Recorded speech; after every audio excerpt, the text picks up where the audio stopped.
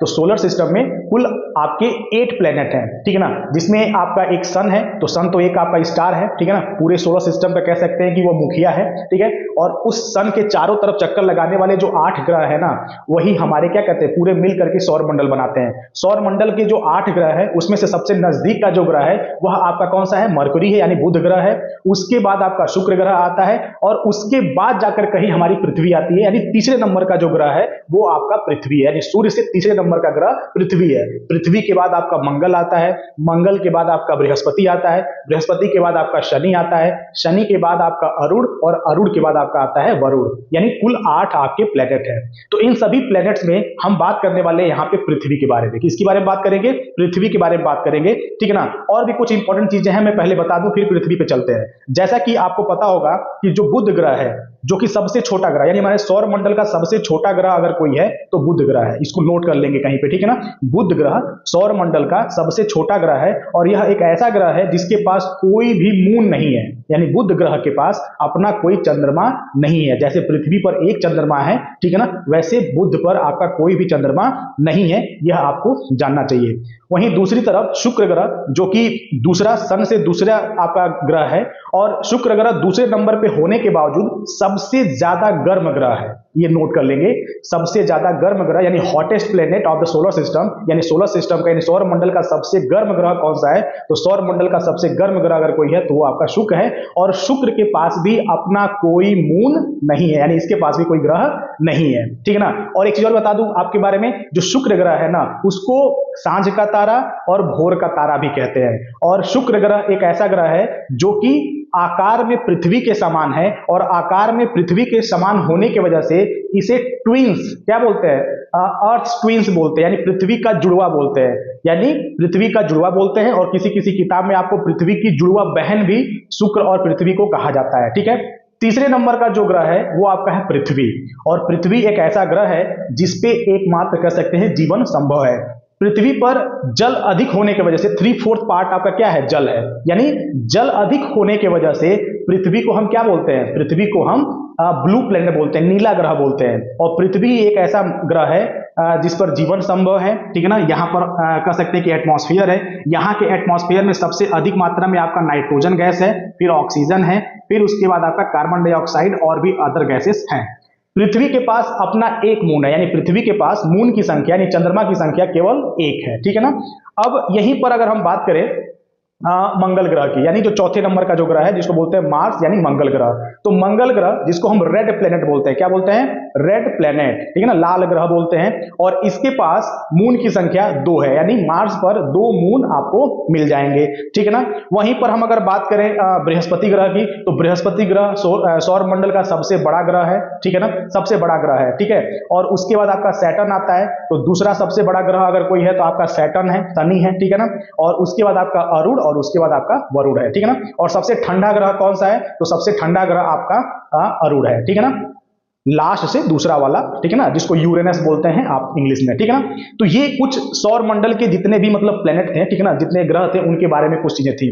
अब यहां पर हम बात करेंगे सबसे पहले सूर्य की, क्योंकि सूर्य इस पूरे सौर मंडल का मुखिया है, एक कह सकते हैं कि मेन सदस्य है, ठीक है ना। तो हम इसकी बात करते हैं सूर्य के बारे में, कुछ इंपॉर्टेंट फैक्ट सूर्य के बारे में आप देख रहे होंगे यहाँ पे, और इसको नोट करेंगे आप। सूर्य एक विशाल तारा है। बहुत लोगों को कंफ्यूजन होता है कि सूर्य तारा है या ग्रह है, तो इस कंफ्यूजन को दूर करिए। सूर्य जो है ना एक तारा है, ठीक है ना, बहुत विशाल तारा है, ठीक है। तो सूर्य एक विशाल तारा है और तथा हमारे सौर मंडल का केंद्र है, यानी बीच में है, उसके चारों तरफ क्या होते हैं, चारों तरफ जो ग्रह है वो चक्कर लगाते हैं। नाभिकीय संलयन की बात करें तो नाभिकीय संलयन क्रिया के द्वारा हाइड्रोजन हीलियम में बदलता है, यानी सूर्य पर नाभिकीय संलयन की प्रक्रिया होती है, और उस प्रक्रिया में जो हाइड्रोजन होता है वो हीलियम में बदलता है, और इसी वजह से सूर्य में इतनी ज्यादा क्या होती है, गर्मी होती है। और सूर्य तथा पृथ्वी के बीच की जो दूरी है वो 14.98 करोड़ किलोमीटर है। ये लगभग में है, एग्जैक्ट हम नहीं कह सकते, ठीक है ना, ये लगभग में दूरी देखी जाती है, ठीक है ना। कहीं कहीं पे आपको कुछ और मिलेगा, डिफरेंस है, तो लगभग जो अप्रोक्सीमेटली वाले जितने भी मतलब कह सकते हैं कि क्वेश्चंस होते हैं वो अलग अलग किताबों में अलग अलग आपको मिल जाते हैं। तो जिस किताब से मैंने ये लिया है उस किताब में ये दिया हुआ है, ठीक है ना।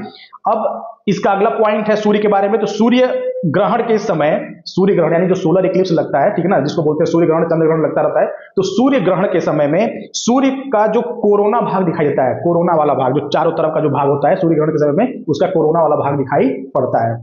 अब वहीं पर हम बुध ग्रह की बात कर लें। अभी तो बुध ग्रह के बारे में मैंने सबके बारे में एक एक करके कुछ बताया है, लेकिन यहाँ पे एक एक करके पॉइंट है, आप देख के यहाँ पे स्क्रीनशॉट लेके रख सकते हैं और नोट्स बना सकते हैं। समय कम है एग्जाम में, फिर भी आप इस पूरे वीडियो को अगर पूरा देखते हैं तो उम्मीद मानिए ज्योग्राफी से रिलेटेड जितने भी क्वेश्चंस आपके हैं ना वो क्लियर हो जाएंगे। बुध ग्रह की बात करते हैं तो बुध जो है ना वो 88 दिन में सूर्य का एक परिक्रमा पूरा करता है और बुध ग्रह पर कभी भी ग्रहण नहीं लगता। ग्रहण न लगने का रीजन क्या है बताएंगे आप? मैं बताता हूं। ग्रहण न लगने का सबसे बड़ा रीजन यह है कि आपके बुध ग्रह पर कोई मून नहीं है, यानी बुध ग्रह पर खुद का कोई उसका चंद्रमा नहीं है, जिसकी वजह से ग्रहण वहां पे नहीं लगता है, ठीक है ना। शुक्र ग्रह की बात करें तो शुक्र ग्रह जो है वो 225 दिन में सूर्य का एक परिक्रमा पूरा करता है और शुक्र ग्रह की वायुमंडल में कार्बन डाइऑक्साइड गैस की सबसे ज्यादा मात्रा है, ठीक है। वहीं पे पृथ्वी की अब बात कर लेते हैं तो पृथ्वी सभी ग्रहों में आकार में कह सकते हैं कि 5वां स्थान रखता है, यानी जो 8 ग्रह है उन 8 ग्रह में 5वां सबसे बड़ा ग्रह आपका कोई है तो वो आपकी पृथ्वी है, ठीक है ना। और यह अपने अक्ष पर पश्चिम से पूर्व की ओर घूमती है। फिर से सुनिएगा, पृथ्वी अपने अक्ष पर पश्चिम से पूर्व की ओर घूमती है। क्वेश्चन कई बार पूछा गया है, ठीक है ना। एंटी क्लॉकवाइज पृथ्वी क्या करती है? घूमती रहती है अपने ही अक्ष पर, अपने एक्सिस पे, ठीक है।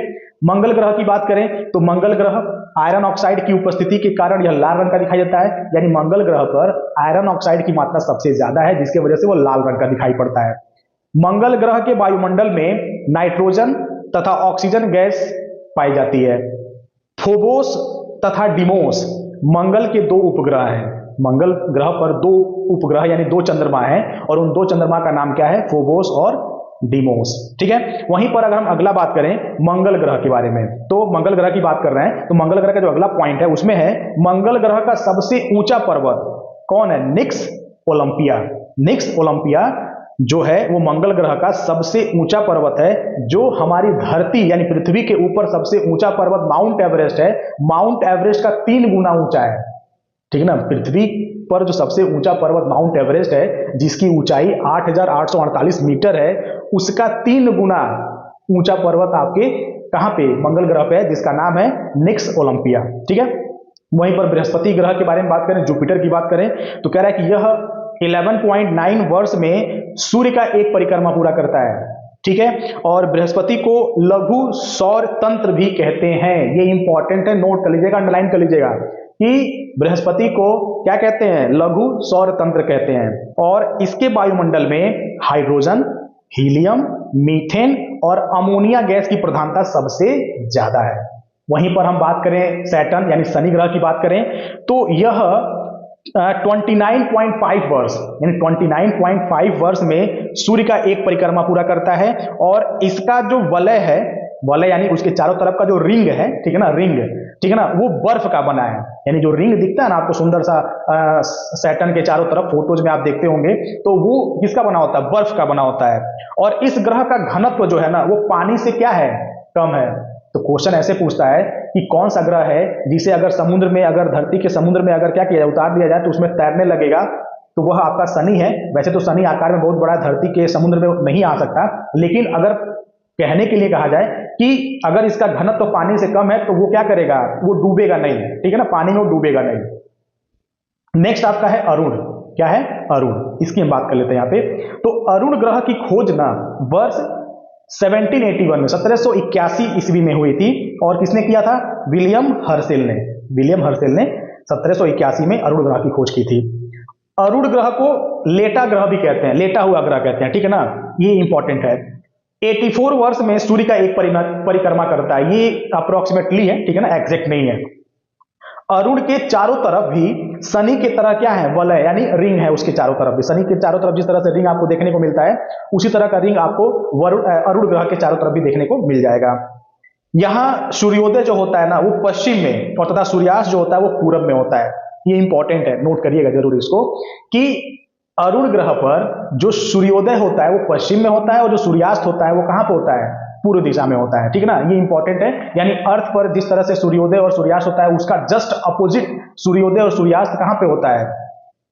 अरुण ग्रह पे। और वहीं पे वरुण ग्रह की बात करें तो वरुण ग्रह की जो खोज हुई थी वो जर्मन खगोल शास्त्री जोहान गाले ने किया था। दूसरा पॉइंट है 165 वर्ष में सूर्य का परिक्रमा पूरा करता है, यानी जो वरुण ग्रह है 165 वर्ष में सूर्य का एक परिक्रमा पूरा करता है। टाइटन व मेरिड, टाइटन और जो मेरिड है वो इसके प्रमुख उपग्रह हैं, किसके? वरुण के।